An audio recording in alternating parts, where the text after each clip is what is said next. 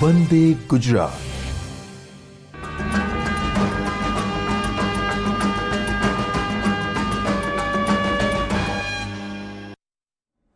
નમસ્કાર, હું ડૉક્ટર રીતન પારેખ, અધિક નિયામક વાઇટલ સ્ટેટિસ્ટિક્સ. આજ આપ સૌનો જન્મ મરણ નોંધણી સાથે સંકળાયેલા તમામ રજિસ્ટ્રાર, સબ રજિસ્ટ્રારનું હાર્દિક સ્વાગત કરું છું આજના તાલીમ કાર્યક્રમમાં. આજે આપ સૌને જન્મ મરણ તાલીમ નોંધણી પ્રોસેસ બાબતે થોડીક આપણે ચર્ચા કરીશું. તમામનું સ્વાગત છે આ તાલીમમાં, અને તમામને થોડી જન્મ મરણ માટે વધારે ચર્ચા કરીને સમજાવવાનો પ્રયત્ન કરવાનો છે અમારે, અને તમારે સમજવાનું છે. તમામ રજિસ્ટરે આ નોંધણી રજિસ્ટરે જ ખાસ નોંધ લેવાની છે, બરાબર? એટલે નોંધણી રજિસ્ટર ખાસ આ નોંધ લઈ અને એનું પાલન કરવાનું છે. અને ક્યાંક એ લોકોને ભૂલ કે ક્યાંક સમજાતું ના હોય તો છેલ્લી 10 મિનિટ કે 5 મિનિટમાં તમારા પ્રશ્નનું સોલ્યુશન લાવીશું. પણ હાલ પૂરતા તમારે સાંભળવાનું છે અને એનું અર્થઘટન સમજવાનું છે.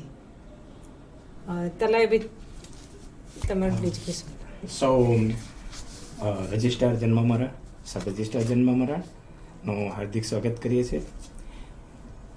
જે જન્મ મરણ નોંધણી અધિનિયમ 1969 અંતર્ગત આપ સૌ લોકો કામગીરી કરો છો, પરંતુ કામગીરીની અંદર હજી વધુ સુધાર બનાવવા માટે એક પ્રયત્ન અમે કરી રહ્યા છીએ. એ અંગે અમે તમને તાલીમ આપી રહ્યા છીએ. સૌથી મહત્વની વસ્તુ છે કે જન્મ મરણ નોંધણીમાં તમામ જન્મ નોંધ અને મરણ નોંધ કરવાના તેમજ પ્રમાણપત્ર આપવાની સત્તા રજિસ્ટ્રાર જન્મ મરણ આપવામાં આવેલી છે. એની અંદર જે નોંધણી થયેલી છે એ નોંધણી 100% સાચી છે એમ માનીને આપણે કાર્યવાહી કરી રહ્યા છીએ. હાલમાં રજિસ્ટ્રાર જન્મ મરણ ને કલમ 15 હેઠળ રજિસ્ટરમાં સુધારો વધારો કરવાની, રદ કરવાની એ તમામ સત્તા આપવામાં આવેલી છે. કલમ 15 આપણે એમ જણાવીએ છીએ કે રજિસ્ટરની ચકાસણી કરતા જો રજિસ્ટરમાં ભૂલ થઈ હોય તો સત્તાની રૂએ જરૂરી આધાર પુરાવા લઈ અને સુધારવાનું છે. કલમ 15 હેઠળ બાળકનું નામ અને જન્મ તારીખ સુધારવાની બાબતનો સમાવેશ કરવામાં આવેલ નથી.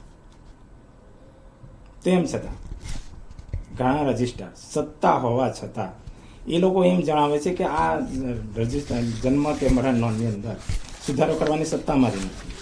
એ વસ્તુ સદંતર ખોટી છે. એ જવાબને આધારે હાલમાં રાજ્ય કક્ષા એ ઘણી કામગીરી વધી છે. કોર્ટ કેસ ઊભા થાય છે, આરટીઆઈ ઊભી થાય છે, અને એને કારણે અમારે આ તાત્કાલિક તમને એક ટ્રેનિંગ આપવાનું આયોજન કરવું પડ્યું છે. કલમ 15 એમ કહે છે, કલમ 15થી સૌ કોઈ આપણે જાણીએ છીએ. તેમ છતાં તમે જે અરજદારને જવાબ આપો છો કે આ મારી સત્તા નથી, એ સદંતર ખોટું છે. તમારે સ્પષ્ટ કારણ સાથે અરજદારને જવાબ આપવાનો છે કે આ સંજોગોમાં તમારી જે અરજી છે એ દરખાસ્ત ગ્રાહ્ય રાખવામાં આવતી નથી, જેને હું નકારું છું. જન્મ મરણ નોંધણી અધિનિયમ 1969ની કલમ 15 નીચે મુજબ છે. એ કલમ તમામ રજિસ્ટ્રારે સમજવાની છે કે રજિસ્ટ્રારને ખાતરી થાય સાબિત થાય કે આ અધિનિયમ હેઠળ પોતે રાખેલા રજિસ્ટરમાંની જન્મ અથવા મરણની કોઈ નોંધ તેના સ્વરૂપમાં અથવા મહત્વની બાબતમાં ભૂલ ભરેલી છે અથવા કે કપટપૂર્વક કે અયોગ્ય રીતે કરવામાં આવી છે, તો કઈ શરતો અને કેવા સંજોગોમાં એવી નોંધ સુધારી શકાય અથવા રદ કરી શકાય તે અંગે રાજ્ય સરકારે કરે તે નિયમોને આધીન રહીને રજિસ્ટર મૂળ નોંધમાં કોઈ ફેરફાર કર્યા વિના હાસ્યમાં યોગ્ય નોંધ કરીને તે ભૂલ સુધારી શકશે અથવા તે નોંધને રદ કરી શકશે, અને તેણે હાસ્યની નોંધ ઉપર સહી કરી તેમાં સુધારાની અથવા રદ કર્યાની તારીખ નાખવી જોઈશે. આ છે કલમ અધિનિયમની કલમ 15 છે. આ કલમ 15ને ધ્યાનમાં રાખીને એણે કાર્યવાહી કરવાની છે. કલમ 15માં રજિસ્ટ્રારને સત્તા આપી છે. આ રજિસ્ટ્રારની સત્તા કલમ 15ને ધ્યાને રાખીને નિયમ 11ને ધ્યાનમાં રાખવાનો છે. નિયમ 11ની અંદર ઘણા બધા ઉલ્લેખ કરેલા છે, તેને ધ્યાનમાં રાખીને કાર્યવાહી પૂર્ણ કરવાની છે. બીજું કે રજિસ્ટ્રારને ખાતરી થાય કે જન્મ મરણ રજિસ્ટરમાં કોઈ નોંધ કપટપૂર્વક અયોગ્ય રીતે કરવામાં આવી છે, તો તેઓએ અધિનિયમની કલમ 25 હેઠળ ફોજદારી કામ માટે સામાન્ય અથવા હુકમથી આ માટે અધિકૃત કરેલા અધિકારીને જરૂરી વિગતો આપતો રિપોર્ટ મોકલવો અને તેઓના આદેશ અનુસાર તે બાબતમાં જરૂરી પગલાં લેવાના રહે છે. બરાબર. આ અધિનિયમ હેઠળ નોંધમાં સુધારો કે રદ કરવામાં આવે તે દરેક કેસની બાબતમાં અધિનિયમની કલમ 8 અથવા કલમ 9 હેઠળ સંબંધિત નોંધ માટે જે વ્યક્તિએ માહિતી આપી હોય તે વ્યક્તિના કાયમી સરનામે મોકલવી જોઈશે. તમામ રજિસ્ટ્રારે જન્મ મરણની જે નોંધ છે કલમ 15 હેઠળ આ નોંધ સુધારી છે તે એ આવરી લેવાના છે એના અધિનિયમ એટલે સુધારા નિયમ 2004ના નિયમ 11ના પેટા નિયમ 4માં દર્શાવેલી કાર્યપદ્ધતિને અનુસરીને બાળકના નામની ભૂલો સુધારી લેવાની રહેશે. પરંતુ આવો સુધારો કરતા પહેલાં જરૂરી સંપૂર્ણ તપાસ રજિસ્ટ્રારે કરી તેની સત્યતાની ખાતરી કરી લેવાની રહેશે. બાળકનું નામ નથી સુધારવાનું, બાળકનું નામ ભાઈલાલ કુમાર સુધારવાનું છે એ બધું ચિત્ર લેવાનું નથી. ફક્ત બાળકનું નામ સુધારવાની જો અરજદારની અરજી હોય તો તેને ધ્યાનમાં રાખી ચકાસણી કરી અને એના કાગળિયા અને સંપૂર્ણ લઈ અને ખાતરી થાય તો તમારે આગળ વધી અને એનું કામ પૂરું કરવાનું છે. નોંધણી રજિસ્ટ્રારે એવું કહેવાનું નથી કે મારી આ સત્તામાં નથી, હું સુધારી શકું એમ નથી. આ ગાંધીનગરથી મને ઓર્ડર મળશે કે આદેશ મળશે તો હું સુધારી શકીશ. રજિસ્ટ્રાર નોંધણી રજિસ્ટ્રાર હોય, નોંધણી રજિસ્ટ્રારેથી જ આ કામગીરી કરવાની રહે છે. જો આ કામગીરી નોંધણી કક્ષાએથી સરળતાથી કરવામાં આવશે તો કોર્ટ કેસનો ઘટાડો થશે જ. બીજું, અરજદાર દ્વારા જ્યારે જન્મ મરણ નોંધમાં ફેરફાર માટેની રજૂઆત કરવામાં આવે ત્યારે રજિસ્ટ્રાર જન્મ મરણ દ્વારા જન્મ મરણ રજિસ્ટરની ખરાઈ કરીને થયેલ નોંધ નિયમ અનુસાર સુધારા કરવાને પાત્ર છે કે નહીં તેની ચકાસણી કરી સુધારો કરવા યોગ્ય ન હોય તો અરજદારને કયા કારણસર નોંધમાં સુધારો શક્ય નથી તે બાબતનો યોગ્ય પ્રત્યુત્તર પાઠવવાનો રહે છે. હંમેશા અરજદારને પ્રત્યુત્તર પાઠવવો જરૂરી છે. અરજદારને ધારો કે ગાંધીનગર અમે માર્ગદર્શન માટે મોકલ્યું છે એવી રીતે ધક્કા ખવડાવવા નહીં અને મહેરબાની કરીને અરજદારને સાંભળવો, એને પ્રત્યુત્તર પાઠવવો એ યોગ્ય જ છે. જન્મ મરણ નોંધણી અધિનિયમ 1969માં અમલમાં આવ્યો તે પહેલાં જન્મ મરણ નોંધણી અધિનિયમ 1886 અંતર્ગત જન્મ મરણ પ્રમાણપત્ર ગામના નમૂના નંબર 14માં આપવામાં આવતું હતું. હાલમાં સમગ્ર દેશમાં જન્મ મરણ નોંધણી અધિનિયમ 1969 અમલમાં હોય આ અધિનિયમની કલમ 12 અને જન્મ મરણ નોંધણી સુધારા નિયમો 2004ના નિયમ 8ની જોગવાઈ મુજબ નમૂના નંબર 5 અને 6માં ઊભો દાખલો આપવાનો રહે છે.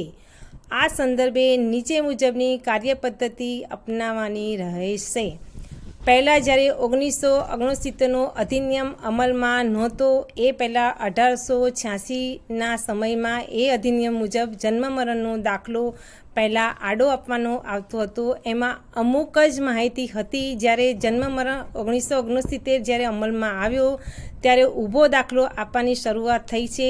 એટલે જે લોકોના જન્મ એ પહેલાં પણ થયેલા છે એને પણ આપણે ઊભો દાખલો આપવાનો રહે છે. અને એ ઊભો દાખલો આપણે ધારો કે આપણી પાસે એના દાખલા ન હોય, એનું રેકર્ડ નિયંત્રણ આપણી પાસે ન હોય, જે તે સત્તા અધિકારી પાસે હોય તો તેની પાસેથી મેળવી અને એનો ઊભો દાખલો આપવાનો રહે છે. ઊભો એટલે અરજદારને આપવાનો છે દાખલો, અરજદારને દાખલો આપવાનો રહેશે. અત્રેની કચેરીના 2/12/21ના પત્ર ક્રમાંક SBHI જન્મ મરણ પરિપત્ર રદ. આ બંને પરિપત્ર એટલે કે હું ટૂંકમાં દરેક નોંધણી રજિસ્ટ્રારને એ સમજાવું છું કે 12/8/2009નો જે સર્ક્યુલર હતો, જે સર્ક્યુલરના આધારે લોકો જન્મ મરણની નોંધમાં સુધારો કરતા હતા.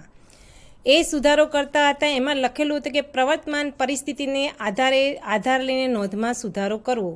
તો દરેક રજિસ્ટ્રાર એ પ્રવર્તમાન પરિસ્થિતિને ધ્યાનમાં રાખીને અરજદારની જન્મ તારીખ પણ સુધારી આપતા હતા, જે સુધારવાની નહોતી. એટલે અરજદારે એ અત્યારે હાલમાં એ પરિપત્ર 12/8/2009ના પરિપત્રને આધારે કોર્ટ કેસનો ભરાવો થયો. એના કારણે 18/2/2016નો પરિપત્ર ફરીથી રદ ચાલુ કર્યો અને જે પ્રવર્તમાન પરિસ્થિતિને આધારે જે દાખલો આપતા હતા એ મુદ્દો જ રદ કરી અને નવેસરથી 18/2/2016નો પરિપત્ર શરૂ કર્યો. 18/2/2016નો પરિપત્ર ચાલુ કર્યો તો એનાથી પણ વધારે પ્રશ્નો ઉપસ્થિત થવા માંડ્યા, કોર્ટ કેસ વધી ગયા અને એના કારણે સર આ બંને પરિપત્રો રદ કરી અને હવે ધારો કે જન્મ મરણ નોંધણી અધિનિયમ હેઠળની જોગવાઈનું પાલન કરીને જ કાર્યવાહી રજિસ્ટ્રારે કરવી એ મુજબનું આપણે દરેકને જણાવી દીધેલ છે. તેમ છતાં દરેક રજિસ્ટર આ નોંધણી રજિસ્ટર આની નોંધ લેતા નથી અને આ બંને પરિપત્રો ટાંકી હાલની તારીખમાં પણ સુધારો કરે છે. તેના કારણે કોર્ટ કેસ વધી ગયા છે અને કોર્ટમાં જજમેન્ટ આવે છે. એટલે જે રજિસ્ટ્રાર નોંધણી રજિસ્ટ્રાર છે એની નિષ્કાળજીના લીધે અરજદારનો પણ ટાઈમ બગડે છે, કોર્ટનો પણ ટાઈમ બગડે છે અને એ લોકોનું અર્થઘટન જુદાના લીધે અરજદારની મુશ્કેલી ઊભી થાય છે, જે ખરેખર ધ્યાનમાં રાખવાની વસ્તુ છે. ભારત સરકારના 29/12/24ના પરિપત્ર પત્ર ક્રમાંક 1/12/24 VS શાખા VARS 4154 દ્વારા બાળકનું નામ નક્કી ન થાય ત્યાં સુધી બાળકના નામના ખાનામાં ફક્ત ડેશ કરવાની રહેશે એમ જણાવવામાં આવેલ છે. આ જણાવેલું હોવા છતાં દરેક નોંધણી રજિસ્ટ્રાર અત્યારે ઈ ઓળખ આપણું જે સોફ્ટવેર છે એમાં ફેસિલિટી મૂકેલી છે કે ડેશ મૂકવું, તેમ છતાં પણ લોકો બાબો અને બેબી એવું નામ એન્ટર કરે છે, જે ખરેખર યોગ્ય નથી. ભવિષ્યમાં જ્યારે અરજદાર નામ સુધારવા આવે છે ત્યારે નોંધણી રજિસ્ટ્રાર એવું કહે છે કે તમે બાબો નામ લખાવેલું છે, એ ખરેખર યોગ્ય નથી. એના કોલમમાં ફક્ત ડેશ જ લખવાનું છે અને એ ફેસિલિટી આપણે ઈ ઓળખ એપ્લિકેશનમાં મૂકેલી છે, જે દરેક નોંધણી રજિસ્ટ્રારે ધ્યાનમાં લેવાની છે. જન્મ પ્રમાણપત્ર માટેનું ફોર્મેટ ઈ ઓળખ એપ્લિકેશનમાં ઓપરેશનલાઇઝ કરવામાં આવેલ છે. ઈ ઓળખ એપ્લિકેશનમાં જન્મ પ્રમાણપત્રની એન્ટ્રી કરતી વખતે બાળકના પૂરા નામની કોલમમાં ફર્સ્ટ નેમમાં બાળકનું નામ, મિડલ નેમમાં બાળકના પિતાનું નામ, લાસ્ટ નામમાં અટક લખવાની હોય છે અને તે મુજબનું જ એન્ટ્રી કરવાની હશે. આ પરિપત્ર આ લેટર ટૂંક સમયમાં જ કરેલું છે, જે આધાર બેઝ છે.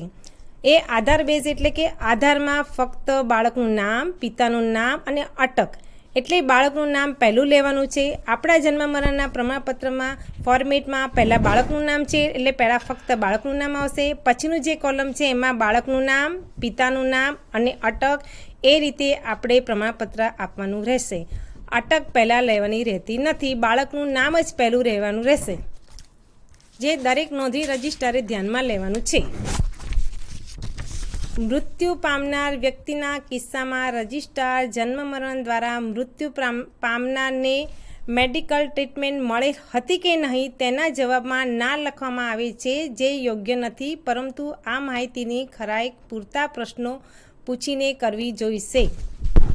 મોટાભાગના નોંધણી રજિસ્ટ્રારો જે માણસ ઘરેથી મૃત્યુ થયેલું છે અને આવશે કે મારા ઘરે તે કુદરતી મૃત્યુ થઈ ગયું છે એમ કુદરતી લખીને મૂકી દેશે, પણ ખરેખર એને કયા કારણસર મૃત્યુ થયું છે એનું ખરેખર ચકાસણી કરી અને એ મેડિકલ કોઝ ઓફ ડેથનું જે સર્ટિફિકેટ છે એ સર્ટિફિકેટમાં તમારે લખવાનું છે. એના કારણસર તમે ડેથમાં આ માણસનું મરણ કેવી રીતે થયું છે તમે સ્પષ્ટ જણાવી શકશો. હોસ્પિટલમાંથી કારણ સ્પષ્ટ ના આવ્યું હોય તો તમારે વારંવાર રજૂઆત કરીને એ મેળવી અને એ લખવાનું રહેશે. અત્રેની કચેરીના 30/8/2016થી પત્રે SBHI જન્મમાં એક્ઝિક્યુટિવ મેજિસ્ટ્રેટ સત્તા સોંપણી 44-51-48-73 VS16 પ્રાંત અધિકારી શ્રી મામલતદારને ફક્ત લેટ નોંધણી અંગે સત્તા આપવામાં આવેલ છે. અન્ય કોઈ પણ પ્રકારના સુધારા વધારા કે રદ કરવાની સત્તા આપેલ નથી. ઘણી જગ્યાએ ઘણા જિલ્લામાં અમને અત્રે એવું સાંભળવા મળેલું છે કે જિલ્લા મેજિસ્ટ્રેટને ફક્ત કલમ 13 મુજબ વિલંબિત નોંધણીનો હુકમ કરવાની સત્તા આપેલી છે, પરંતુ તે લોકો જન્મ નોંધણી સુધારો કરવા અને બાળકની નોંધ સુધારો કરવાના હુકમ મોકલી આપે છે. તે ખરેખર અત્રેથી કોઈ એવો લેટર કરવામાં આવેલો નથી, જેની તમામ રજિસ્ટ્રારે નોંધ લેવાની છે અને એ પ્રમાણે કાર્યવાહી કરવાની છે. જો મેજિસ્ટ્રેટે આ હુકમ કર્યો હોય તો એને અમલવારી આપની કક્ષાએથી કરવાની રહેતી નથી. ફક્ત લેટ નોંધણીના હુકમની જ અમલવારી આપણે કરવાની રહેશે. ભારત સરકારના 15/5/15ના પત્ર નંબર 1/7/2011 VS CRS 9 જે દત્તક બાળકના કિસ્સામાં નોંધણી કરતાં પહેલાં કે જન્મ નોંધમાં સુધારો કરતાં પહેલાં દત્તક વિધાનની સત્યતા રજિસ્ટ્રાર જન્મ મરણ દ્વારા ચકાસી અને ત્યારબાદ કાર્યવાહી કરવા જણાવવામાં આવે છે. અત્રેની કચેરીના 12/8/2015ના પત્રને ધ્યાનમાં લઈને સૂચનાઓ ખરેખર સ્પષ્ટ સૂચનાઓ મૂકેલી છે કે બાળકનું દત્તક બાળક લેવાનું છે તો કેવી રીતે લેવાનું છે એ સ્પષ્ટ સૂચના મૂકેલી છે. જે સૂચના નીચે મુજબ છે કે સ્થાનિક અરજદાર કે વિદેશી નાગરિક દત્તક લીધેલ બાળકના જન્મ પ્રમાણપત્રમાં માતા પિતાના નામમાં સુધારો કરવા માટે રજૂઆત કરવામાં આવે ત્યારે તેમના દ્વારા જ રજૂ કરવામાં આવેલ સાધનિક દસ્તાવેજો ભારત સરકારના મહિલા અને બાળ વિકાસના તારીખ 23/9/22ના નોટિફિકેશન મુજબ central adoption resource authorities Karani side આપેલી છે ગાઈડલાઇન મુજબના છે કે નહીં તેની ચકાસણી કરવાની રહેશે. ત્યારબાદ નિયમોનુસાર કાર્યવાહી કરવાની રહે. બાળકને દત્તક લેવા માટેની કાર્યવાહી કારા ઓનલાઈન પોર્ટલ પર કરવાની થાય છે. તેમજ આ માટેની જિલ્લા કક્ષાની સમિતિમાં મુખ્ય જિલ્લા આરોગ્ય અધિકારીશ્રીની નિમણૂક સભ્ય તરીકે કરવામાં આવેલ છે. કારા એટલે કારા આખી એજન્સી છે. કારા એજન્સી મુજબ આ જે કારાની જે ગાઈડલાઇન છે ગાઈડલાઇન મુજબ એવું છે કે બાળક સંસ્થામાંથી દત્તક લે કે સગા સંબંધી દત્તક લે કે રીમેરેજવાળા દત્તક લે દરેક અરજદારે ઓનલાઈન કારાની ઓનલાઈન પોર્ટલ ઉપર પોતાનું રજિસ્ટ્રેશન કરાવવાનું છે. એ રજિસ્ટ્રેશન કર્યા પછી એ લોકોની જે પદ્ધતિને અનુસરીને એડોપ્શનનું સર્ટિફિકેટ કારા પાસેથી મેળવવાનું છે. ત્યારબાદ જ જન્મની નોંધણી કરાવવાની છે દત્તક બાળકની. અત્રેની રાજ્ય સરકારની કચેરી દ્વારા જિલ્લાને તેમજ મહાનગરપાલિકાને તેઓની માગણી મુજબ સ્ટેશનરી આપવામાં આવે છે. તેમ છતાં પણ હોસ્પિટલો કોર્પોરેશનો દ્વારા જન્મ અને મરણની સ્ટેશનરી અત્રેની કચેરીની મંજૂરી મેળવ્યા વિના ખાનગી પ્રેસમાં છપાવવામાં આવી રહી છે. આવી સ્ટેશનરીમાં જરૂરિયાત અનુસાર માહિતી એકત્રિત કરી શકાતી નથી. આમ બંને બાબતો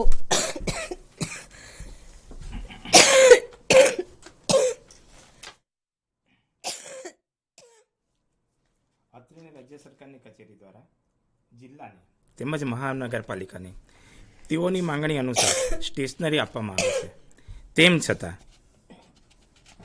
રાજ્ય કક્ષાએથી જ્યારે પણ નગરપાલિકા કોર્પોરેશનનું સુપરવિઝન કરવામાં આવે છે ત્યારે જાણવા મળ્યું છે કે હોસ્પિટલો અને કોર્પોરેશન પોતાની રીતે રાજ્ય સરકાર દ્વારા જે સ્ટેશનરી આપવામાં આવે છે એ ફોર્મેટ એ લોકો છપાવી રહ્યા છે. એ વસ્તુ સદંતર ખોટી છે. એટલે ખાનગી પ્રેસમાં હવેથી તેઓ સ્ટેશનરી ના છપાવે તે લોકોની ડિમાન્ડ રાજ્ય સરકારને મોકલી શકે છે. તાજેતરમાં ભારત સરકાર દ્વારા 11/8/2023ના રોજ જન્મ મરણ અધિનિયમ 1969ને રિવાઇઝ કરવામાં આવેલ છે. આ અધિનિયમમાં મુખ્યત્વે નીચેની મુજબના ફેરફાર કરવામાં આવેલ છે. આધાર કાર્ડ નંબરની માહિતી મેળવવાની રહેશે. રજિસ્ટરને કોઈ જન્મ કે મૃત્યુની વિલંબિત માહિતી તેના ઘટનાના 1 વર્ષ પછી આપવામાં આવે તો સક્ષમ અધિકારી તરીકે પ્રથમ વર્ગના મેજિસ્ટ્રેટ અથવા પ્રેસિડેન્સી મેજિસ્ટ્રેટના બદલે જિલ્લા મેજિસ્ટ્રેટ અથવા સબ ડિવિઝનલ મેજિસ્ટ્રેટ અથવા એક્ઝિક્યુટિવ મેજિસ્ટ્રેટને અધિકૃત કરવામાં આવેલ છે. વધુમાં ઉપરોક્ત બાબતે હવે નોટરી પબ્લિક સમક્ષ કરવામાં આવેલ એફિડેવિટની જગ્યાએ હવે સપ્રમાણિત દસ્તાવેજને પ્રમાણભૂત જણાવવામાં આવે છે. મૃત્યુનું કારણ પ્રમાણપત્ર મૃત્યુના કારણનું પ્રમાણપત્ર રજિસ્ટ્રારને આપવું અને તેની નકલ સંબંધિતને આપવી તે તમામ તબીબી સંસ્થાઓ માટે ફરજિયાત કરવામાં આવેલ છે. આપત્તિ અને રોગચાળાના સંજોગોમાં મૃત્યુની ઝડપી નોંધણી અને પ્રમાણપત્ર આપવા માટે વિશેષ સબ રજિસ્ટ્રારની નિમણૂક માટેની જોગવાઈ કરવામાં આવેલ છે. અથવા રોગચાળાના સંજોગોમાં મૃત્યુની ઝડપી નોંધણી અને પ્રમાણપત્રો આપવા માટે વિશેષ સબ રજિસ્ટ્રારની નિમણૂક માટેની જોગવાઈ કરવામાં આવી છે. એ સુધારા અધિનિયમ 2023માં મૂકેલું છે. કોઈપણ રોગચાળો હોય, તમારા હાલના જે સબ રજિસ્ટ્રાર છે, કોઈપણ રોગચાળો ફાટી નીકળ્યો હોય તો તમે તાત્કાલિક ધોરણે બીજા રજિસ્ટ્રાર નિમી શકો છો. દત્તક લીધેલા અનાથ, ત્યજી દેવાયેલા, સેરોગેટ બાળક અને બાળકની એક જ માતા અથવા તેમજ પિતા અપરિણિત માતા માટે બાળકની નોંધણી પ્રક્રિયા સરળ બનાવવા માટે કાનૂની જોગવાઈઓનો વ્યાપ વધારવામાં આવેલો છે. આ જે મુદ્દો હું કહું છું એ મુદ્દો જન્મ મરણ નોંધણી અધિનિયમ 2023 જે સુધારા છે, જે અમે તમને ઇંગ્લિશમાં દરેકને મોકલી આપેલું છે, એમાં આ સુધારો આવી રહેલો છે, જે દરેકે નોંધ લેવાની છે કે આમાં કઈ કાનૂની જોગવાઈ મૂકેલી છે. એ કાનૂની જોગવાઈ એની અંદર બતાવેલી છે, બરાબર. બીજું કે જન્મ મરણ નોંધણી તાલીમ, ડિલેડ રિપોર્ટિંગ બર્થ ડેથ માટે format of self attested documents for delayed reporting of birth death under section 13(2) registration of birth and death act 1969 amendment in 2023 નવું ફોર્મ 9 નંબર 14માં સમાવેશ કરવામાં આવેલો છે. રજિસ્ટ્રાર અથવા જિલ્લા રજિસ્ટ્રારની કોઈપણ કાર્યવાહી અથવા આદેશથી પીડિત સામાન્ય લોકો માટે ફરિયાદ નિવારણ પદ્ધતિ નક્કી કરવામાં આવે છે. આ છે અમેન્ડમેન્ટ 23માં મૂકેલું છે. પહેલાં રજિસ્ટ્રારને કોઈપણ તકલીફ પડતી, રજિસ્ટ્રારને ત્યાં અરજદાર જતો, અરજદારને કોઈપણ તકલીફ પડતી કે કોઈ જવાબમાં સરખી રીતે જવાબ ન મળતો અને જવાબ માટે એ આગળ જઈ શકતો નહોતો. હવેની જે આ અમેન્ડમેન્ટ 23માં રજિસ્ટ્રાર દ્વારા કરવામાં આવેલા નિર્ણય વિરુદ્ધ જિલ્લા રજિસ્ટ્રારને અપીલ કરવા માટે form 4 apply under section 25A of the registration of birth and deaths act 1969 અમેન્ડમેન્ટની ઇન 23 નિયત ફોર્મમાં અપીલ કરવાની રહે છે. અરજદારને જો નોંધણી રજિસ્ટ્રાર જો અરજદારને સાંભળે નહીં તો અરજદાર રજિસ્ટ્રારના નિર્ણય સામે જિલ્લા રજિસ્ટ્રારને અપીલ કરી શકશે. જિલ્લા રજિસ્ટ્રાર દ્વારા કરવામાં આવેલા નિર્ણય વિરુદ્ધ નાયબ મુખ્ય રજિસ્ટ્રારને નિયત ફોર્મમાં અપીલ કરવાની રહે છે. જો એનાથી પણ એને સંતોષ થતો ન હોય તો તે આગળ વધી શકે છે.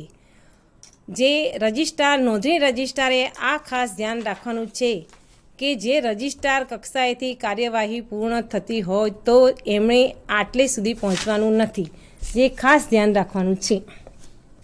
અને 30 દિવસમાં અરજદારે અહીંયા અપીલ કરવાની, જે તે એના ઉપલા અધિકારીને 30 દિવસની અંદર અપીલ કરવાની રહે છે, જે ખાસ નોંધ લેવાની છે.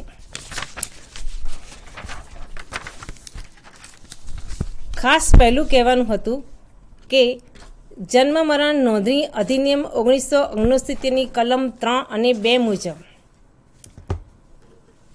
આપણું રાજ્ય છે ગુજરાત રાજ્યમાં ગ્રામ પંચાયત કક્ષાએ તલાટી કમ મંત્રી મૂકેલા છે, ચીફ ઓફિસર મહાનગરપાલિકા કક્ષાએ છે, તબીબી અધિકારી શ્રી છે એ 8 કોર્પોરેશનમાં મૂકેલા છે, જંગલ વિસ્તારમાં રેન્જ ફોરેસ્ટ ઓફિસર શ્રી મૂકેલા છે, ઔદ્યોગિક વિસ્તાર માટે નોટિફાઈડ અધિકારી શ્રી રજિસ્ટ્રારને મૂકેલા છે. દરેક કક્ષાએ દરેક જગ્યાએ માણસો મૂકેલા છે, દરેક એરિયામાં મૂકેલા છે.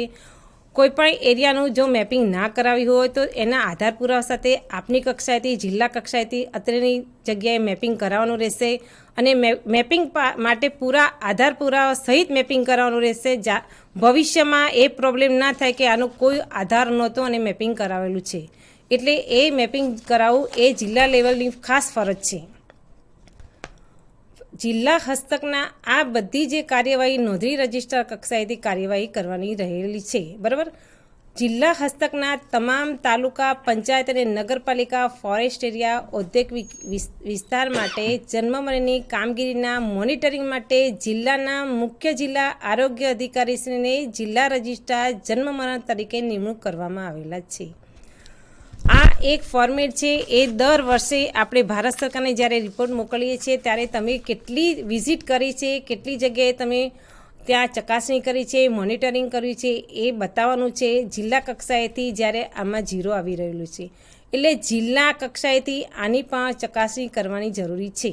અને તાલુકામાં આવેલ ગ્રામ પંચાયતની જન્મ મરણની કામગીરીના મોનિટરિંગ માટે તાલુકા વિકાસ અધિકારીશ્રીને તાલુકા રજિસ્ટ્રાર જન્મ મરણ તરીકે નિમણૂક કરવામાં આવેલી છે. ગ્રામ પંચાયત કક્ષાએ જ્યારે તલાટી કમ મંત્રી શ્રી સાહેબને કંઈ પણ જન્મ મરણના પ્રોબ્લેમમાં મુશ્કેલી થાય તો એમણે તાલુકા વિકાસ અધિકારીને રજૂઆત કરવાની છે. તાલુકા વિકાસ અધિકારી પાસેથી એનું પૂરતું માર્ગદર્શન કે પૂરી માહિતી ન મળી શકે તો એમણે જિલ્લા કક્ષાએ જવાનું છે અને જિલ્લા કક્ષાએ એનું નિવારણ કરવાનું છે. જિલ્લા કક્ષાએ નિવારણ ક્યારે કરવાનું છે કે નોંધણી રજિસ્ટ્રારને કોઈ અધિનિયમમાં સમજણ ન પડતી હોય તો એને મદદરૂપ થવાનું છે.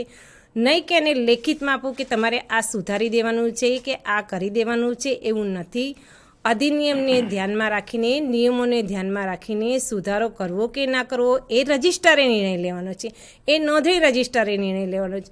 નહીં કે જિલ્લા કક્ષાએ કે તાલુકા કક્ષાએ એનો નિર્ણય લેવાનો છે, એ નોંધણી કક્ષાએ નોંધણી રજિસ્ટ્રારે નિર્ણય લેવાનો છે. એટલે નોંધણી રજિસ્ટ્રારે અધિનિયમને પૂરેપૂરો વાંચી અને પોતાને અર્થઘટન કરીને એને આગળની કાર્યવાહી કરવાની રહેશે. એટલે દરેક નોંધણી રજિસ્ટ્રારે ખાસ ધ્યાન રાખવાનું છે કે આપણે જન્મીએ છીએ ત્યારે આપણો પહેલો જ પુરાવાનો જન્મનું રજિસ્ટર છે. જન્મનું રજિસ્ટરમાં ક્યારેય ભૂલ ન થાય. જન્મનું રજિસ્ટર જ્યારે નોંધણી થયેલી હોય એની નોંધણી ખરેખર સાચી અને આખરી પુરાવો છે. એમાં નામમાં એને ક્યારેક ભૂલ થયેલી હોય તો એ નામની ભૂલ એની ખરેખર અરજદારની સાંભળી એના પુરાવા લઈ અને ખરેખર એ વસ્તુ સાચી છે તો એના આધાર પુરાવા લઈને નોંધણી રજિસ્ટ્રારે આગળની કાર્યવાહી કરવાની છે. કે નહીં કે અરજદારને ના કહી દેવાનું કે ભાઈ એકવાર નોંધાઈ ગયું છે તો બાળકના નામમાં આ વસ્તુ નહીં થઈ શકે કે આ વસ્તુ થઈ શકશે એવું મૌખિક જવાબ આપવાનો રહેતો નથી. દરેક સમયે એને લેખિતમાં જ અરજદારને જવાબ આપવાનો છે. તમે અરજદારને મૌખિક જવાબ આપી દેશો તો અરજદાર એ અહીંયા ગાંધીનગરના ધક્કા ખાતા થઈ જાય છે. ખરેખર તમારે એ ગાંધીનગરનો ધક્કો અહીંયા નથી કરવાનો અને એને સાંભળી અને એની રજૂઆતની કાર્યવાહી તમારે ત્યાંથી જ કરવાની છે. જે ખરેખર જો આ તમે કરશો તો કોર્ટ કેસ ઘટતા જશે અને તમને કોર્ટનું ભારણ ઘટતું જશે. વારંવાર તમારે પણ કોર્ટના ધક્કા ખાવા પડશે નહીં. વારંવાર તમારે કોર્ટમાં જ્યારે કેસ હોય ત્યારે તમારે હાજરી ભરાવા જવું પડશે નહીં. જે ખરેખર નોંધણી રજિસ્ટ્રારે ધ્યાન લેવાનું છે. નગરપાલિકા કક્ષાએ જ્યારે સબ રજિસ્ટ્રાર નિમેલા છે, આ નગરપાલિકાના ચીફ ઓફિસર સાહેબે ખાસ ધ્યાન લેવાનું છે કે એમણે નોંધણી રજિસ્ટ્રાર નિમેલા છે જે સબ રજિસ્ટ્રાર છે. સબ રજિસ્ટ્રારને પાવર્સ તમારી કક્ષાએથી આપેલા છે. અમે તે અહીંયાથી તમને આદેશ કરી આપીએ છીએ. એનું મૂળ કારણ એ છે કે એની એક જવાબદારી છે, પણ જવાબદારીમાંથી એવું નથી કે તે રજિસ્ટ્રારે ધ્યાન પણ નથી આપવાનું. ચીફ ઓફિસર સાહેબે એનું ખાસ ધ્યાન રાખવાનું છે કે એ કયા સંજોગોમાં સુધારો કરે છે, એ ખરેખરનું સુધારો કરે છે, સાચો છે કે ખોટો છે. જ્યારે પ્રશ્નો ઉપસ્થિત થાય છે ત્યારે ઘણા લાંબા પ્રશ્નો ઉપસ્થિત થાય અને એ કે મેં તો સબ રજિસ્ટ્રારે કર્યું છે. ખરેખર સબ રજિસ્ટ્રારે કર્યું છે, તમે એને પાવર્સ આપ્યા છે, એની ના નથી, પણ તમે એના સબોર્ડિંગ નહીં પણ એના મેઇન ઓફિસર છો. એટલે તમારે એને ખાસ ધ્યાન રાખવાનું છે કે એ સુધારો કરે છે તો મને ફાઇલ મૂકે છે કે નહીં, ખરેખર એનો સુધારો સાચો છે કે નહીં. 10 અરજદાર આવે તો 2 અરજદારના સુધારો કરે ને 8 અરજદારને ધક્કા ખવડાવે છે, એ વસ્તુ તદ્દન ખોટી છે. એટલે એ વસ્તુ સાંભળવી અને એનો નિકાલ કરવો જરૂરી છે, જે આપની કક્ષાએથી નિકાલ કરવાનો રહેશે. જે દરેક નોંધણી રજિસ્ટ્રારે ધ્યાનમાં લેવાનું છે અને આ ધ્યાનમાં રાખીને કાર્યવાહી કરવાની છે. અને બીજું કે દરેક અરજદાર જ્યારે આવે છે ત્યારે એ પ્રમાણપત્ર માંગે છે. ધારો કે જન્મનું પ્રમાણપત્ર માંગ્યું હોય તો મારે 1 કોપીની મારે 10 કોપી જોઈએ છે. તમે 5 કોપી સુધી આપો ને, 10 કોપી આપો છો તો સામે એને તરત જ રજૂઆત માંગો કે તમે 10 કોપી કયા કારણસર માંગો છો, એનું કારણ પૂછવું જરૂરી છે. એ જરૂરી છે. એનું મૂળ કારણ એ છે કે તમે એમ કહો છો કે અમને સ્ટેટ લેવલથી અહીંયાથી સ્ટેશનરી મળતી નથી. એ સ્ટેશનરી ખરેખર તમને ફાળવવામાં આવે છે. દર વર્ષે જ્યારે તમારા સેન્ટરમાં જેટલા જન્મ થાય છે એનાથી 1.5 ગણી સ્ટેશનરી અમે ફાળવીએ છીએ. તો તમારી સ્ટેશનરી ક્યાં વધી ક્યાં ઘટી એ તમારે રજિસ્ટર રાખવાનું છે અને તમારે ધ્યાન રાખવાનું છે. એટલે મૂળ કારણ આ છે કે સબ રજિસ્ટ્રારે ખાસ ધ્યાન રાખવાનું છે ને સબ રજિસ્ટ્રારની ઉપર રજિસ્ટ્રાર જે મૂકેલા છે રજિસ્ટ્રારે આ ખરેખર ધ્યાનમાં લેવાની વસ્તુ છે. અને રજિસ્ટ્રારે આ ધ્યાનમાં લેશે તો સ્ટેશનરીની અછત ઊભી નહીં થાય. ઘણી નગરપાલિકાઓમાં અમે રૂબરૂમાં ગયેલા છે, ત્યાંની નગરપાલિકાઓમાં જે પ્રાઇવેટ હોસ્પિટલો છે ત્યાંના અમે ડૉક્ટરોને રૂબરૂ બોલાવ્યા છે કે અમને નગરપાલિકામાંથી સ્ટેશનરી નથી ફાળવતા એટલે અમે આ સ્ટેશનરી છપાવીએ છીએ. ખરેખર આપણને સરકાર તરફથી ફ્રીમાં મળે છે. સરકાર તરફથી તમને અમે અહીંયાથી ફ્રીમાં ફાળવી છે, તો તમે શા માટે એ લોકોને છપાવવાની પરમિશન આપો છો? અને શું એ તમે એને પરમિશન આપી છે તો કયા હોદ્દાની રૂએ તમે એને પરમિશન આપી છે? બીજું કે એણે જે ફોર્મ લીધું છે એ ફોર્મમાં તમારી દરેક માહિતી છે, તમે જોયું છે? ના, નથી જોયું. એમાં અડધી અડધ માહિતી નથી. એના કારણે એ લોકોની હોસ્પિટલમાંથી જે જન્મ અથવા કે મરણ થાય છે એની માહિતી પૂરતી હોતી નથી. એના લીધે તમારા રજિસ્ટરમાં માહિતી પૂરતી મળતી નથી. એ ખરેખર તદ્દન ખોટી વસ્તુ છે. બીજું એક વસ્તુ એ ખાસ ધ્યાનમાં રાખે, જે જગ્યાએ કોમ્પ્યુટર ઓપરેટર મૂકેલા છે કે એન્ટ્રી કરવા માટે, કે ધારો કે હોસ્પિટલમાંથી એન્ટ્રી આવી ગઈ છે, કોમ્પ્યુટર ઓપરેટરને મૂકેલા છે કે ભાઈ એન્ટ્રી ત્યાંથી સેન્ડ થઈ છે તો તું રિસીવ કરી લે. એ રિસીવ કરી લેશે, પછી સબ રજિસ્ટર એમ કહે છે કે ભાઈ લે મારો યુઝર આઈડી પાસવર્ડ અને તું મારી એન્ટ્રી વેરીફાઈ કરી દે, સર્ટિફિકેટ ઇસ્યુ કરી દે. આ પદ્ધતિના લીધે ઘણી બધી ભૂલો સોફ્ટવેરમાં થવા માંડી છે. ભાઈ નામ લખ્યું છે પરીખ અને પરીખના બદલે પરી લ કરી દીધું. ભાઈ મને ઉતાવળમાં લ થઈ ગયો છે, પણ એમ નથી કહેતું કે મેં ભૂલ કરી છે. ભૂલ સ્વીકારવા તૈયાર નથી થતો. સબ રજિસ્ટર કે આ તો કોમ્પ્યુટર ઓપરેટરે કરી છે. ભાઈ કોમ્પ્યુટર ઓપરેટરે નથી કરવાનું. તમને વેરિફિકેશન માટે હોદ્દો આપેલો છે સબ રજિસ્ટ્રારને, એ હોદ્દાની રૂએ તમારે કાર્યવાહી કરવાની છે. તો તમે શા માટે કોમ્પ્યુટર ઓપરેટરને વીસીને તમારા પાવર્સ આપી દો છો અને પછી તમે એમ કહો અહીંયા 500 એન્ટ્રી અમારે ડિલીટ કરી આપો, 200 એન્ટ્રી ડિલીટ કરી આપો. એ શક્ય જ નથી. તમારે તમારા યુઝર આઈડી પાસવર્ડ બીજાને આપવાના જ નથી. તમારે જ વેરિફિકેશન કરવાનું છે, તમારે જ સહી કરવાની છે અને તમારે જ કાર્યવાહી કરવાની છે. એ દરેક નોંધણી રજિસ્ટ્રારે ધ્યાનમાં રાખવાનું છે. આજે આપણે જે તાલીમ, ઘણા બધા પ્રશ્નોનું આપનું નિરાકરણ મેળવ્યું છે. આપના તરફથી કોઈ પ્રશ્ન હોય તો અહીંયા ફોન નંબર દર્શાવવામાં આવી રહ્યા છે, એમાં આપ આપના પ્રશ્નો પૂછી શકો છો. હજી પણ ઘણા રજિસ્ટ્રારો, સબ રજિસ્ટ્રારો દ્વારા બાળકના જન્મ પ્રમાણપત્રમાં બાળકનું નામ પ્રથમ લખવાની જગ્યાએ એમની અટક લખવામાં આવી રહી છે, જે ખરેખર યોગ્ય નથી. એટલે જે પણ સબ રજિસ્ટ્રારો દ્વારા આ પ્રકારની ભૂલ થતી હોય એ તાત્કાલિક હવે પછીની કામગીરીમાં ભૂલ ન થાય તેનું ચોક્કસ ધ્યાન રાખશો. કારણ કે આપ જે આ ભૂલ કરી રહ્યા છો તેના હિસાબે ઘણા બધા બીજા પ્રશ્નો ઊભા થઈ શકે છે ને થઈ રહ્યા છે. સુરત, આપનું નામ બોલશો અને આપનો હોદ્દો બોલશો. હું સુરત જિલ્લો 84 તાલુકો જીમી પટેલ, તલાટી કમ મંત્રી. જી, મારો સવાલ એ છે કે આપણે 1 વર્ષ ઉપર મેજિસ્ટ્રેટને જે સત્તા આપેલી છે, જી, તો એમાં જે પુરાવો મૂકવાનો છે જન્મ કે મરણનો, એમાં પ્રમાણપત્રની માંગણી કરવા. જો કોઈ અરજદાર પાસે એવું પ્રમાણપત્ર ન હોય તો એવા કિસ્સામાં શું કરવાનું? લેટ નોંધણીની પ્રક્રિયામાં પ્રમાણપત્ર આપણી પાસે નથી. 1 વર્ષથી વધુ સમય થયો છે, એટલા માટે લેટ નોંધણી પ્રક્રિયાના પ્રોવિઝન સરકાર શ્રી દ્વારા કરવામાં આવી રહ્યો છે.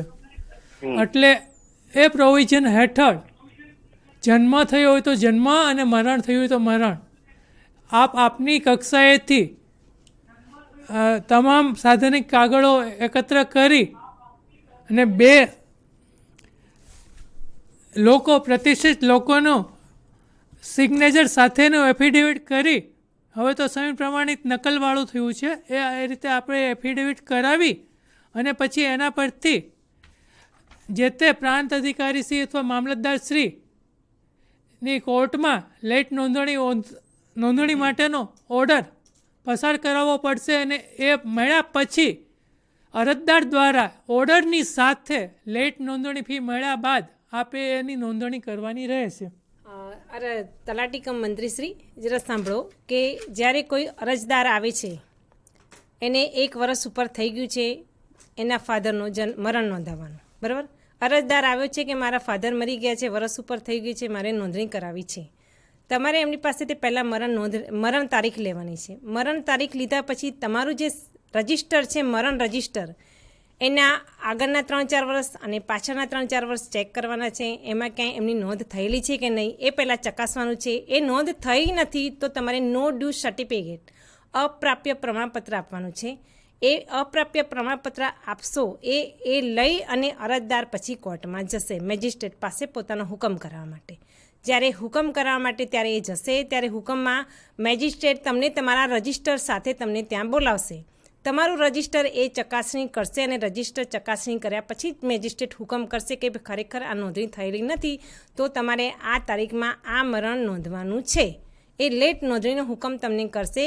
હવે હુકમ જ્યારે તમારી પાસે લઈને આવે ત્યારે હુકમ સાથે મરણના આધાર પુરાવા, વ્યક્તિ મરી ગઈ છે એ વ્યક્તિ મરી ગઈના આધાર પુરાવા તમારે એમની પાસેથી માંગવાના છે. આધાર પુરાવા એમનું જ્યાં નામ હોય એવા આધાર પુરાવા તમારા લોકલ લેવલે એ મોસ્ટ ઇમ્પોર્ટન્ટ આધાર હોય એ આધાર તમારે લેવાનો છે. મેઇન વસ્તુ આ છે, સમજ્યા? હા હેલો હું શું કહું છું કે રજીસ્ટર નિભાવવાનું અથવા તો ઓનલાઈન પ્રિન્ટ કાઢી મૂકી દઈએ તો ચાલે? તમે કહો છો રજિસ્ટર નિભાવવું અને રજિસ્ટર ઓનલાઈન મૂકી દઈએ ત્યારે જ્યારે કોર્ટમાં કેસ થશે ત્યારે તમારે તમારી સહીવાળું અને અરજદારની સહીવાળું તમારું રજિસ્ટર લઈને જવાનું થશે. ત્યારે તમારે ખરેખર તમારું હાર્ડ રજિસ્ટર જે સરકાર તરફથી ફાળવ્યું છે એ રજિસ્ટર સહી સિક્કાવાળું લઈને જવાનું થાય છે. ઓનલાઈન જે સોફ્ટવેરવાળું છે એ તમારી ફેસિલિટી માટે જે છે ખરેખર કોર્ટમાં લઈને જવાનું છે ત્યારે તમારું રજિસ્ટર લઈને જવાનું છે. એટલે તમારે રજિસ્ટર નિભાવવું ફરજિયાત છે. એ રજિસ્ટર કાયમી રેકોર્ડ છે, ફક્ત નિભાવવાનું નથી ને કાયમ માટે જાળવાનું પણ છે.